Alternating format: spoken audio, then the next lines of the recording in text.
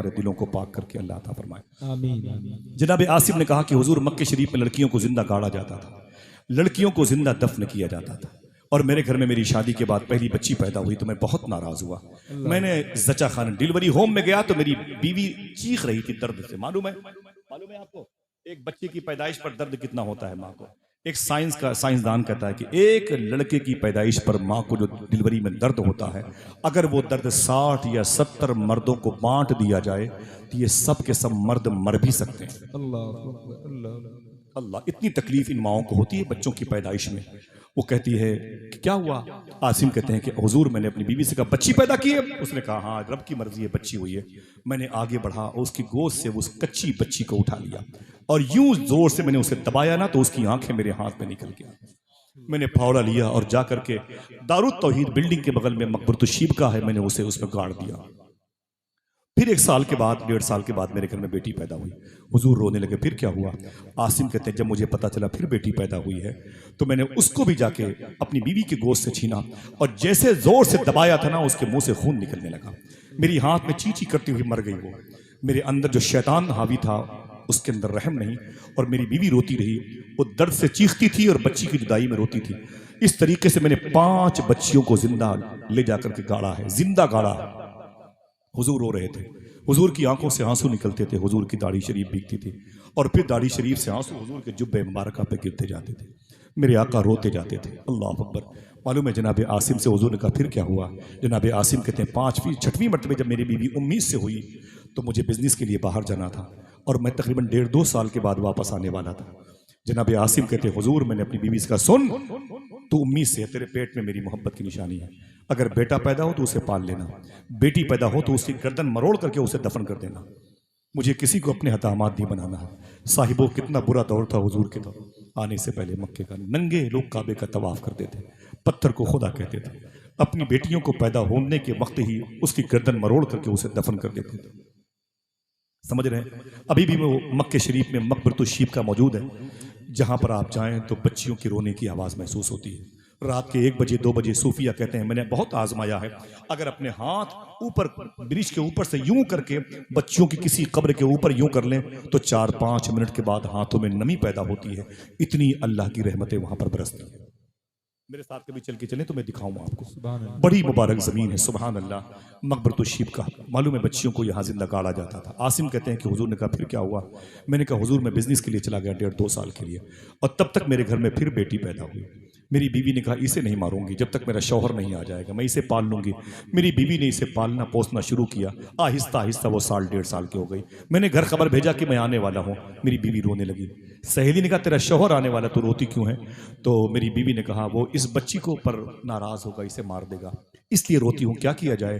तो सहेली ने कहा कि अगर तकलीफ ना हो तो इस बच्ची को मुझे दे दो, मैं इसे अपने घर में पाल लूंगी, मेरे घर में दिक्कत नहीं है, तेरा शौहर बड़ा जालिम है। बोले ठीक है। आसिम कहते हैं मेरी बीवी ने उस बच्ची को पड़ोस को दे दिया।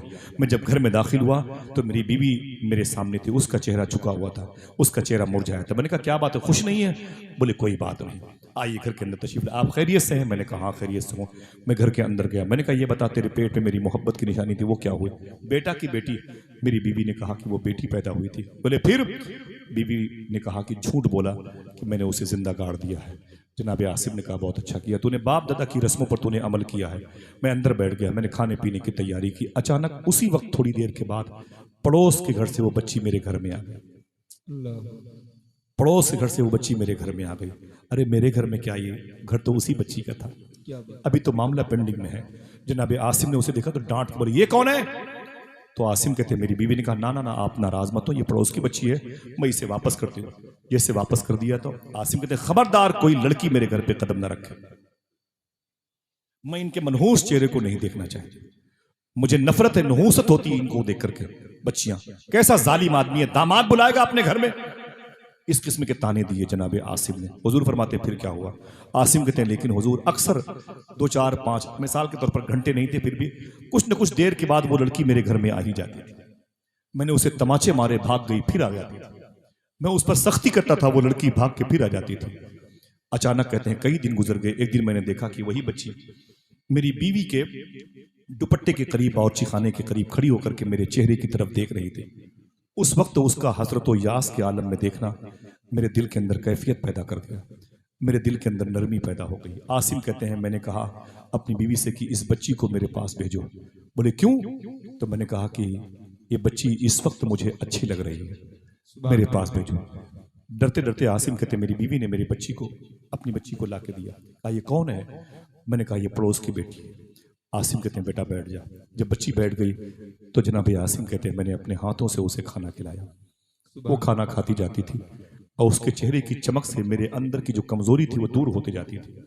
आहिस्ता आहिस्ता उस बच्ची से मुझसे मोहब्बत हो गई। ऐसी मोहब्बत हुई कि मैं उसके बिना खाना नहीं खाता था। मैं उसको अपने सीने पर रख के सुलाता था। 2.5-3 साल की बच्ची थी। बाजार मक्का में जाके उसके लिए सामान लाता था। जनाब आसिम कहते हुजूर मैं उससे मोहब्बत कर बैठा। एक दिन मैंने मोहब्बत में अपनी बीवी से कहा मैंने 5 बच्चियों को जिंदा दफन किया है। गैर की लड़की इतनी अच्छी लगती है, अगर मेरी बच्ची होती, मेरी 5 बच्चियां होती तो कितना प्यार मुझसे करती, कितनी मोहब्बतें मैं उनसे करती थी। हाय अफसोस कि मैंने सबको मार दिया। इस लड़की से मुझे मोहब्बत हो गई है, मैं बगैर इसके जी नहीं पाऊंगा। मुझे पता नहीं क्यों ये लड़की बहुत अच्छी लगती है। उसको क्या पता था, खून खून को पहचान रहा है। जनाब आसिम कहते हैं मेरी बीवी ने कहा अय आसिम अगर नाराज ना हो तो एक बात बताऊं। मैंने कहा क्या? बोले ये तुम्हारी ही बेटी है।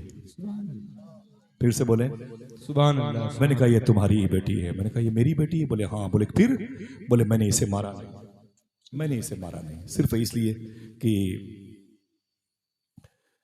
लड़कियां को उनकी माएं दफन नहीं कर सकती हैं। मेरी जिंदगी है ये मेरी बेटी, ये ना हो तो मैं कैसे गुजारा करूं।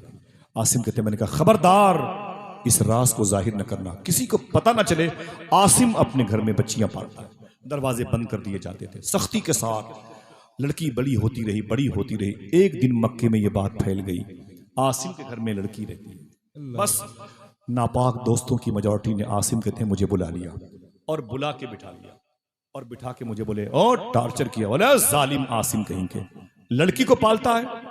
सुनने में आ रहा है कि तूने एक लड़की को पाल रखा। 5 बेटियों को जिंदा मारने वाला बुजदिल कैसे हो गया? बाप दादा की रस्मों की राह का मुसाफिर बना हुआ था, तू कैसे भटक गया? जालिम बेटी पालता है, तेरे घर में कोई दामाद आएगा तेरी बेटी की इज्जत लूटने के लिए। पागल हो गया है तू, उसे मार दे वरना तेरा बाईकाट कर दिया जाएगा।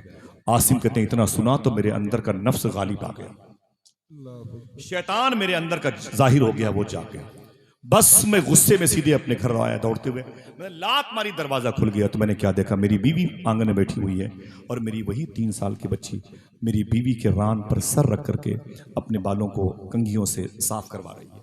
बस इतना मैंने देखा तो गुस्से में भरा हुआ था। मैंने जल्दी जा करके अपनी उस बच्ची के बालों को यूं पकड़ा और पकड़ करके अपनी बीवी की गोद से उसे यूं उठा लिया। टंग गई मेरी बच्ची मेरी गोद में और जैसे उसे उठाया मेरी बीवी तड़प गई। आसिम ये क्या हुआ? आज नजरें कैसे बदली हुई हैं? जिस लड़की से इतनी मोहब्बत करते थे उसे कैसे तुम जुल्म उस पर कर रहे हो? कहते मैंने एक लात मारी तो मेरी बीवी का सर फट गया, दरवाजे से जाके लगी। मैंने फावड़ा कुदाल उठाई और अपनी बच्ची का बाल पकड़ के घसीटते हुए उसे लेके जाने लगा। हुजूर रो रहे थे, हुजूर की आंखों में आंसू थे। जनाब आसिम कहते लेकिन हुजूर उस वक्त क्या हुआ? अचानक मेरे कानों में आवाज आई, आसिम खबरदार इसे मारना नहीं, आसिम खबरदार इसे मारना नहीं, आसिम खबरदार इसे मारना नहीं।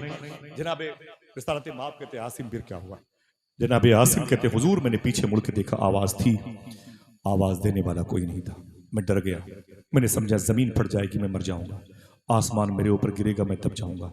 फिर लेके बड़ा उस बच्ची के बालों को पकड़े हुए था, उसे घसीट रहा था। फिर आवाज, आसिम खबरदार इसे मारना नहीं, इसे मारना नहीं, आसिम इसे मारना नहीं। मैं आगे बढ़ता रहा, मुझसे बर्दाश्त न हुआ। फिर मैं डरता रहा, आगे बढ़ता रहा, डरता रहा, आगे बढ़ता रहा। आखिर वो जगह आ गई जहां बच्चियों को जिंदा दफन किया जाता है। मैंने जल्दी जल्दी गड्ढा खोदा और उसमें अपनी बच्ची के बाल को पकड़ के उठा के पटक दिया उसमें। जब बच्ची को मैंने उसमें पटका तो एक पांव से मैंने बच्ची के गर्दन पे, उसके सीने पर अपना पांव रखा और एक पांव से मैंने अपना बैलेंस बराबर किया। बच्ची मेरी चीखती रही, मेरे बाप मुझे क्यों मारते आप, मेरे बगैर तो आपने खाना नहीं खाया, मैं आपके सीने पर सोती थी, मैंने कौन सी चीज़ आपसे मांग लिया, आप नाराज हो गए। मैं उसके जवाब को ना देता तो मेरी बच्ची की आंखें अल्लाह की तरफ चली गई। आसिम कहते हैं हुजूर मेरी बच्ची की आंखें अल्लाह की तरफ चली गई और फिर मेरी बच्ची ने इतनी बात कही थी और उसकी सांस दब गई। मुझे याद आता है कि मेरी बच्ची ने कहा था, ऐ मेरे मौला तुझसे मैंने पैदा होने के लिए नहीं कहा था, तूने अपनी शान अपनी मर्जी के मुताबिक पैदा किया था, मेरा कसूर क्या था? मैंने कौन सा जुल्म किया था इस मुआशरे पर कि मुझे मुझ जैसे सिन्फ नाजुक को इतनी बेदर्दी के साथ मारा जाता है? बस बस मेरे मौला, तुझे तेरी रहमत की कसम, भेज दे किसी ऐसी शख्सियत को जो जमीन पर रहमत बन के आ जाए। भेज दे अपना कोई ऐसा दोस्त जो जमीन के उजड़े हुए इस आशियाने को तरतीब से सजा दे। भेज दे ऐसी कोई कलाई, ऐसा कोई हाथ जो इस जुल्म की कड़ाई के पंजों को मरोड़ सके। भेज दे मेरे मौला। मैं दुनिया से जा रही हूँ, लेकिन मेरे मौला अब मेरे बाद कोई बच्ची इस तरीके से दफन न हो।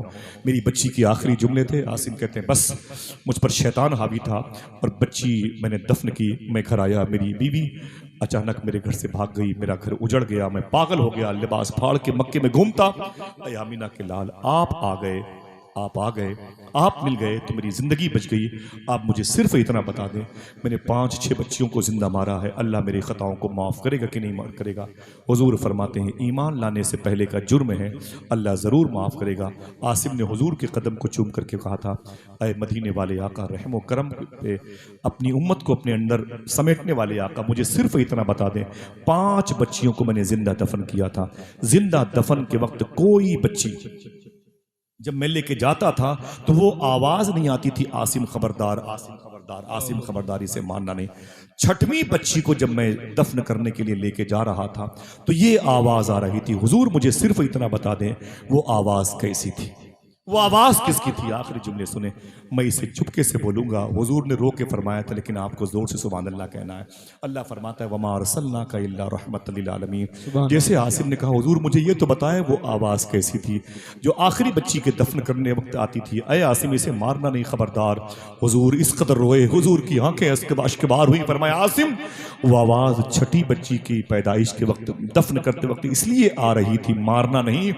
मैं उस वक्त मक्के शरीफ में पैदा हो चुका था। सुभान अल्लाह, सुभान अल्लाह। मैं रहमत वाला नबी बन के मक्के के जजीरे पर आ चुका था।